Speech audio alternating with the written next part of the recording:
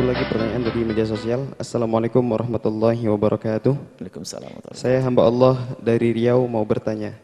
Teman saya beragama Hindu.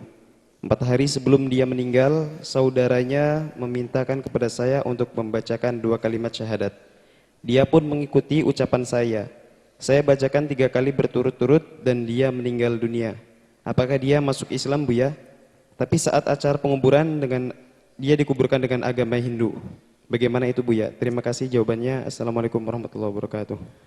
Jika ada orang nyawanya masih dikandung badannya dan ada kesadaran akalnya, kemudian dia dengan sukarela mengucapkan asyhadu alla ilaha illallah wa asyhadu anna muhammadar rasulullah, maka agama apapun asalnya itu dianggap sebagai seorang muslim, dengan catatan setelah itu dia tidak melakukan sesuatu yang bertentangan dengan asyhadu alla ilaha illallah.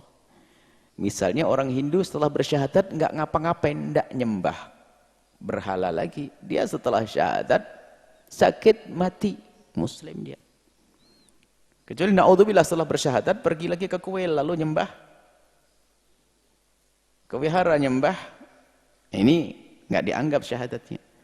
Selagi dia sudah bersyahadat dan tidak melakukan sesuatu yang membatalkan syahadat, hanya mungkin belum sholat karena belum mengerti, maka dia dianggap sebagai seorang muslim dan akan masuk surga. Bahkan dosanya sudah tidak ada dia, karena al-Islam yajubu ma qablah, enggak punya dosa yang lalu, diampuni dengan dia masuk Islam. Kemudian masalah perawatan jenazah, ya, karena dia muslim, bagi muslim yang mampu merawatnya sebagai seorang muslim, maka hendaknya kita merawatnya sebagai seorang muslim dengan dimandikan, dikafani, disolati, dan dikubur di kuburan kaum muslimin. Cuman karena kita tidak punya kemampuan, mungkin ya baru masuk Islamnya baru saja, kemudian keluarganya pun juga masih menganggap dia seagama dengannya, maka kita tidak punya kemampuan untuk melakukannya, kemudian diperlakukan dengan cara perawatan Hindu. Dia tetap di surga, nggak ada masalah. Mau kita nggak mampu kok. Orang yang meninggal nggak punya dosa, mau diapain? Nggak dimandikan pun juga nggak menjadikan neraka kok.